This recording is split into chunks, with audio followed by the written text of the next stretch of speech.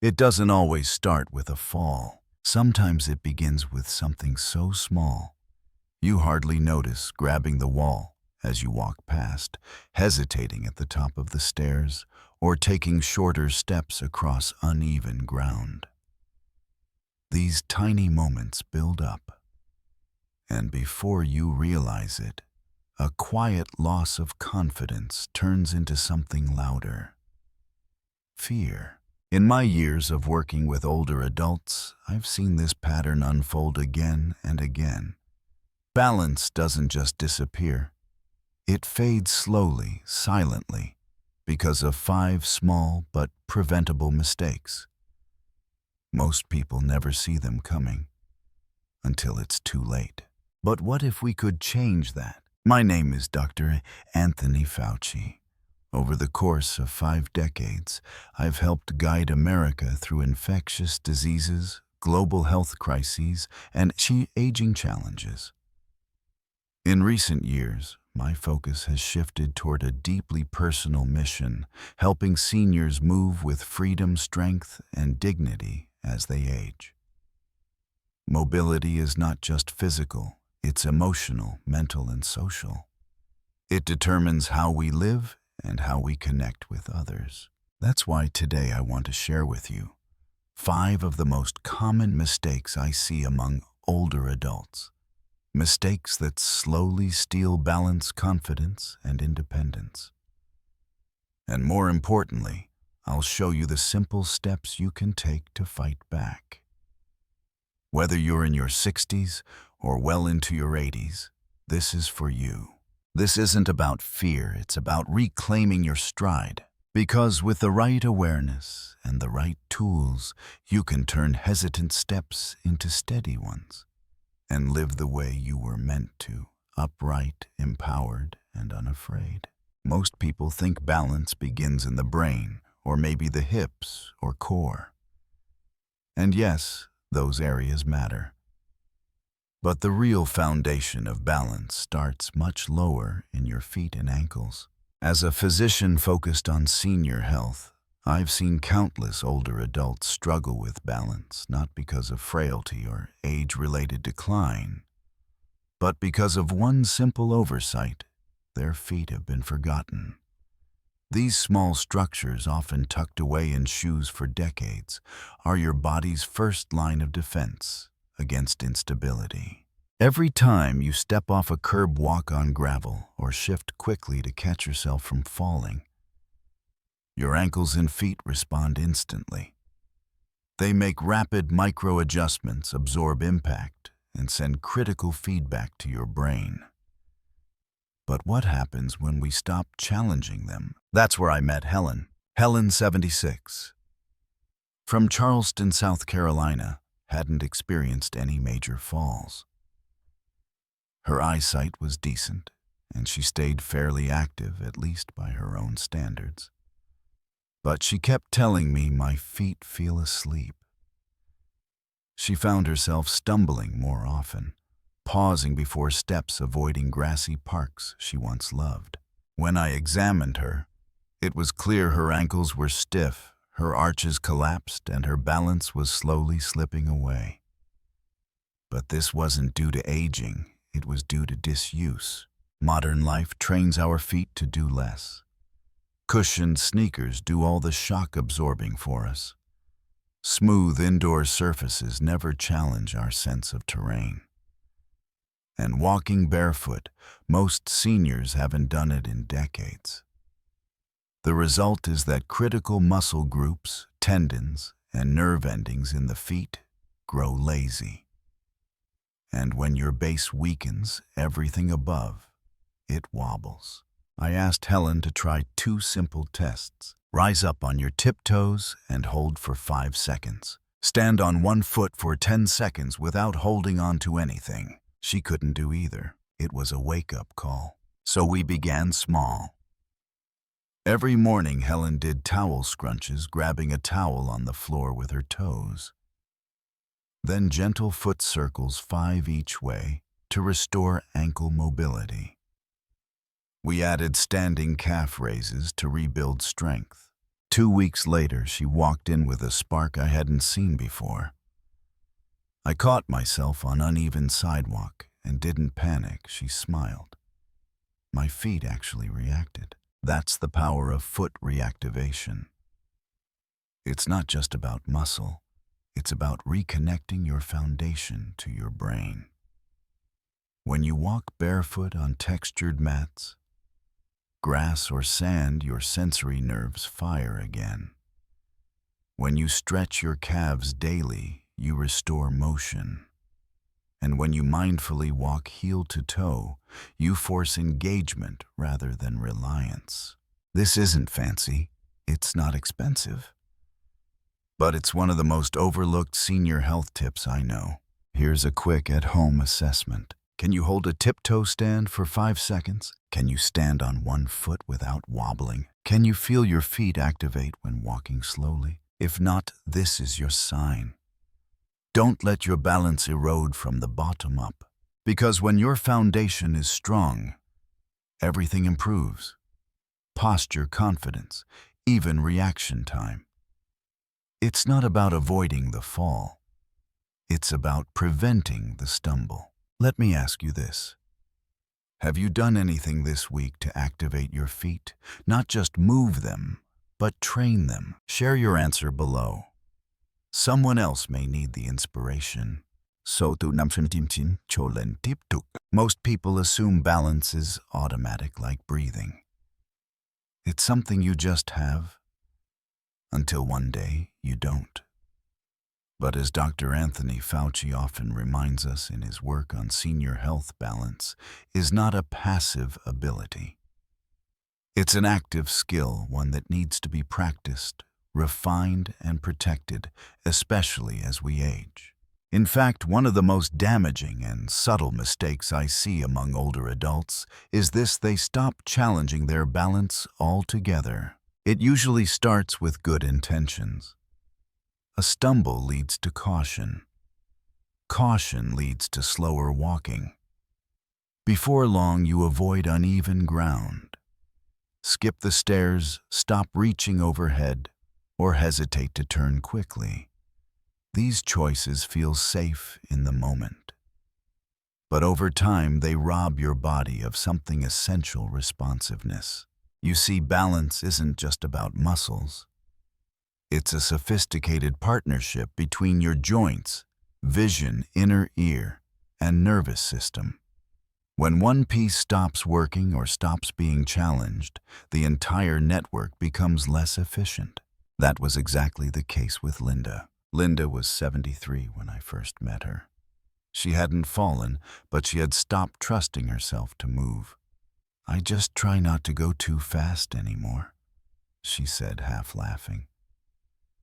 She'd begun avoiding situations where she might feel unsteady: crowded stores, curbs, damp sidewalks. It wasn't fear exactly. It was doubt. When we tested her with simple drills, standing with her feet close together, walking heel to toe in a straight line, she was shocked. "I had no idea I'd lost that," she said. "I thought I was just being careful, but I was making myself weaker." She was right. Her caution had become a trap. So we started small, safe, consistent challenges that reintroduced controlled instability. Stand on one foot while brushing your teeth. Practice slow-flowing Tai Chi movements in the living room. Walk heel to toe across a taped line on the floor, arms out for balance. Stand with feet together and close your eyes for just 10 seconds. None of these are extreme, but each one gently reawakens the body's ability to react, stabilize, and adjust. They strengthen the brain-body connection, a pathway that dulls with age unless actively maintained. After 3 weeks, Linda stood straighter.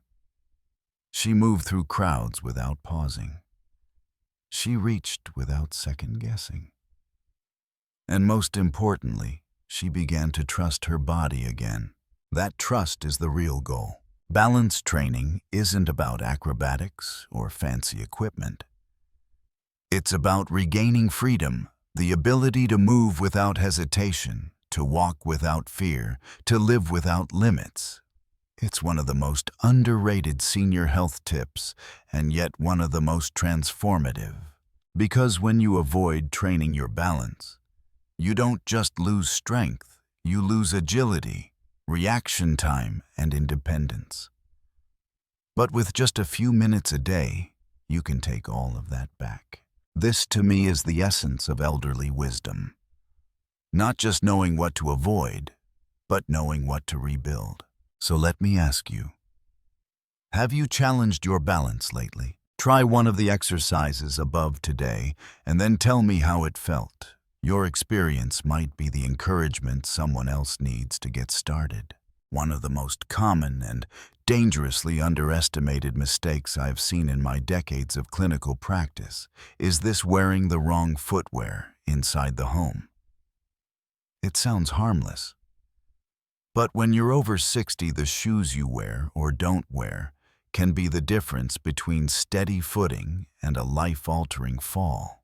Dr. Anthony Fauci, in his continued work on senior health, often reminds us that balance is not just about muscles or reflexes, it's also about equipment.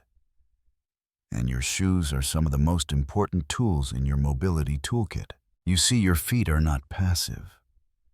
They're living reactive systems made up of over 24 bones, hundreds of nerve endings, and specialized muscles that act as natural stabilizers. When you wear shoes that are too soft, too loose, or lack traction, you're disabling that system. When you walk barefoot on hardwood or tile, you're removing grip, reducing feedback to your brain, and increasing instability. Let me give you an example. Diane, a 77-year-old retired librarian from Cincinnati, came to see me after nearly falling in her kitchen. She was wearing plush slippers with no back. One heel slipped out as she turned the corner, and she twisted sharply to catch herself on the counter. No bruises, no broken bones. But she said what stayed with her was the fear. It wasn't even the fall, she said. It was the shock that my own house could betray me. When we looked closer, it wasn't the house, it was her slippers. Diane, like many older adults, had unknowingly created a perfect storm. Smooth tile floors, a few area rugs, and footwear that offered no structure, grip, or support. It's more common than people realize. In fact, many indoor falls happen not because of obstacles, but because of a loss of friction, proprioception, or foot control, all of which begin with footwear. So what should you do? Here's what I recommend in nearly every consultation I give on senior health tips related to fall prevention. Footwear to avoid: backless slippers, socks without grips, shoes with worn-out soles, high heels or elevated shoes, even slight elevation. Footwear to choose: non-slip house shoes with heel support, grip socks with silicone traction for light use, walking shoes with firm arch support and a wide base, flat, flexible soles that allow your foot to feel and respond to the ground, and most importantly, make sure they fit properly. Shoes that are too loose cause your foot to slide, too tight and you lose mobility. After switching to structured indoor shoes and adding grip mats to her hallway, Diane told me something I'll never forget. I don't feel fragile anymore. I feel equipped. Footwear might seem like a minor concern, but it plays a major role in protecting your confidence, your independence, and your mobility. In the broader picture of senior health, it's one of the easiest changes you can make, yet one of the most powerful. So I'll leave you with this question. What are you wearing on your feet right now? And is it helping you stay upright or making you more vulnerable than you realize? Take a moment to check. That choice might just prevent your next fall. One of the most deceptive habits I see in older adults isn't about what they do. It's about what they hold on to. Dr. Anthony Fauci, a longtime advocate for senior health and aging mobility, often warns about this over-reliance on furniture, walls, or countertops for balance. It may seem like a small act of caution, but it's actually one of the biggest contributors to declining stability and increasing fall risk. The issue is subtle. You reach for a chair as you stand. You slide your palm along a wall as you walk down the hallway. You lean into the kitchen counter just a little longer than needed. And over time, those small moments send a powerful subconscious message to your body. I can't do this on my own. That message becomes reality. When you stop challenging your natural balance, your body adapts by weakening. Postural muscles in the ankles, legs, hips, and core begin to atrophy. Your nervous system gets less stimulation, making you slower to react to stumbles. Even your inner ear and proprioception, your sense of body position, become less reliable. I saw this firsthand with Milton, a 76-year-old retired postal worker from Indianapolis. After a minor fall stepping off a curb, he started using his cane everywhere. Then he started leaning on furniture at home. Before long, he couldn't cross a room without grabbing something. "When did I become this dependent?" he asked. The answer was simple: when he stopped letting his body do the work. We began a progressive retraining program. At first, Milton just stood unaided for 30 seconds beside a stable chair. Then he practiced walking 4 steps without touching anything. Each week, we increased time and distance. Most importantly, we trained posture, chin up, shoulders, back, arms, relaxed. After 2 months, Milton walked from his bedroom to the kitchen without touching a thing. "I forgot what that kind of freedom felt like," he told me. That's the power of trust, not in your walls, but in your body. Here are 3 signs you may be over-relying on support without realizing it. You automatically reach for walls when walking through familiar spaces. You avoid turning quickly or walking in dim light without touching something. You feel anxious or unstable when not near a surface. If any of these sound familiar, it's time to take action. Here's how to retrain your natural balance safely. Stand unaided near a sturdy support for 30 seconds daily. Work up to 2 to 3 minutes. Practice heel-to-toe walking across a room with your arms out for balance. Slowly increase walking distance without contact. Start with 3 steps, then 6, then across a room. These movements may feel small, but they reactivate forgotten pathways. You're not just building strength, you're rebuilding confidence. In the world of senior health tips, we often talk about exercises, shoes, or diet. But learning to trust your body again is just as important. So let me ask you this: when was the last time you walked across your own home without reaching for anything? Try it today and tell me how it went. Your courage might just inspire someone else. It's one of the most underestimated causes of falling in older adults, the gradual breakdown of your vision and inner ear function. And yet most people don't even know these systems are tied to balance until they're already stumbling. As we age, the brain's ability to keep us upright depends more and more on accurate signals from the eyes and inner ears. These 2 sensory systems, often ignored in routine checkups, are crucial parts of the body's internal GPS.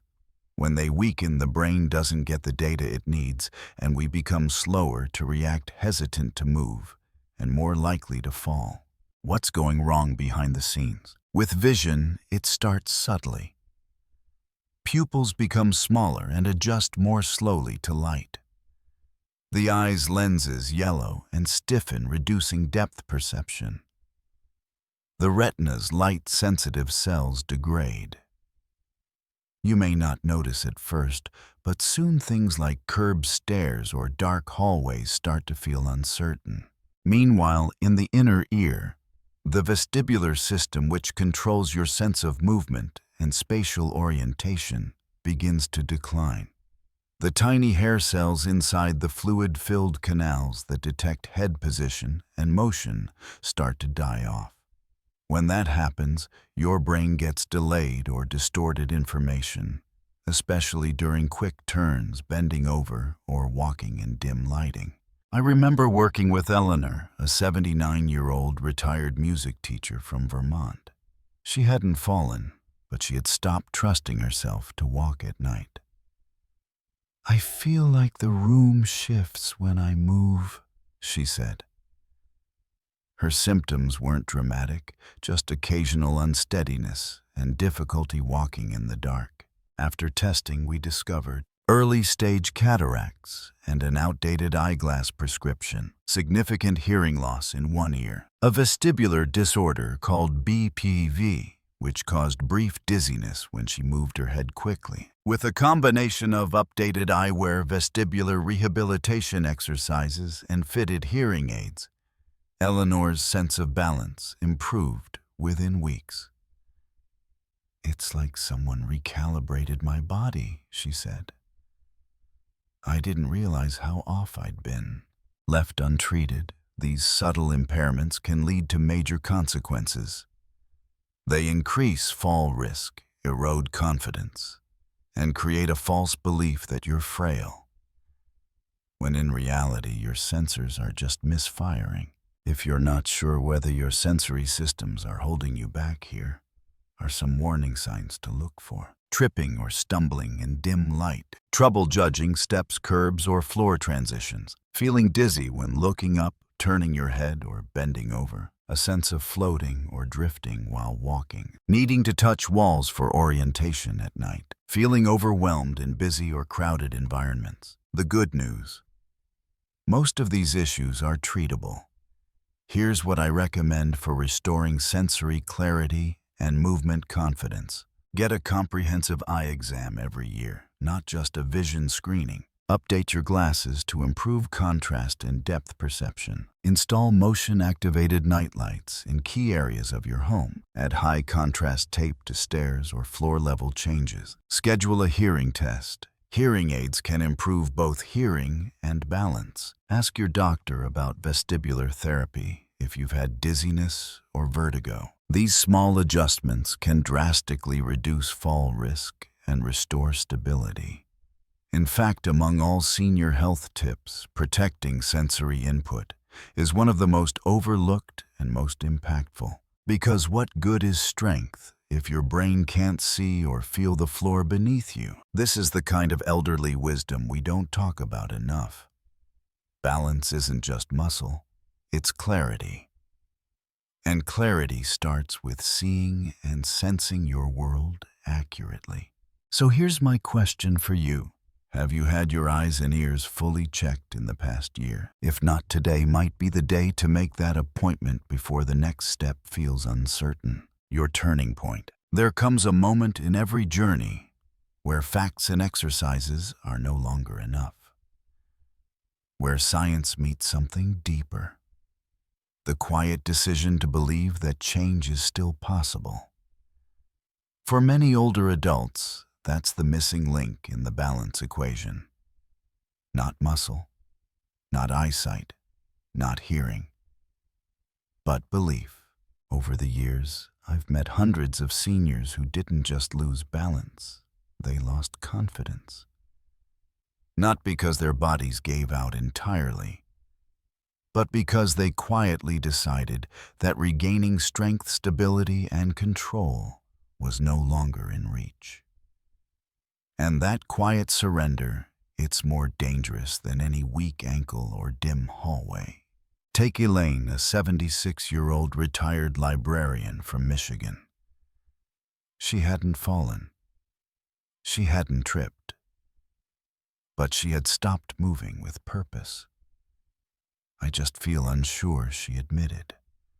"I'd rather not try than risk falling." When we met, she didn't need a new pair of shoes or a physical therapist, at least not first.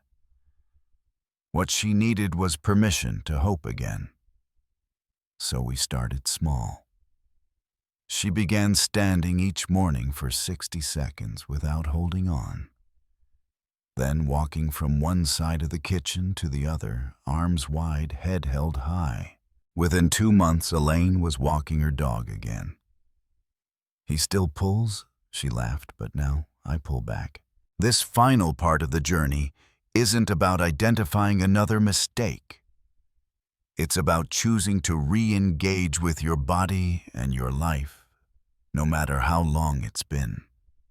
Because progress doesn't belong to the young. It belongs to the willing. Here are 3 ways to start your personal reset. Reframe setbacks. If you wobble, it's not failure, it's feedback. Your brain is learning. Measure effort, not just outcome. If you showed up today, you won. Build a new belief. Every time you challenge yourself, say aloud, "I am not done yet." In the broader conversation around senior health tips, we often focus on physical action, stretch more, walk daily, eat this or that. But here's a truth I've come to trust. The greatest change begins not in the feet, but in the mindset. This is where elderly wisdom shines. You've faced more storms than most. You've rebuilt before, and you can do it again. So here's your question today. What's one small thing you've stopped doing, not because you couldn't, but because you believed it was too late? Write it down, say it out loud, and tomorrow, just try. Because the turning point isn't when the body shifts, it's when the spirit says, "I'm ready again." As we come to the end of this journey, take a moment to breathe, not just with your lungs, but with your entire body. Feel your feet on the ground. Notice the way you're sitting or standing. You're here. You showed up. And that matters more than you know. For many older adults, the path to better balance doesn't start in a gym or clinic. It starts in quiet places, in the decision to sit a little taller, to walk across the room without holding the wall, to ask for help, or even to believe just for a moment that things could get better. Balance isn't just about strength or coordination. It's about trust in your body, in your senses, and in yourself. And that trust, like muscle, can be rebuilt. Maybe today's video reminded you of something you've stopped doing. Maybe it helped you understand why your steps feel different. Or maybe it gave you your first glimmer of hope in a while. If so, hold on to it. Let that hope grow into action. Because no matter your age, your body is still listening. It's still responding. It still wants to move. And with the right support, the right mindset, and the right steps, you can move forward with strength, safety, and grace. You've learned the science. You've heard the stories. Now it's your turn. Start small, stay consistent, and celebrate every shift, no matter how quiet. Thank you for spending this time with me. If this video helped you, even just a little, please like, share, and subscribe to Senior Guide. It's how we continue creating more content, just like this content, that supports your journey toward confidence, connection, and renewed control. Small steps today lead to steadier strides tomorrow. We're with you every step of the way.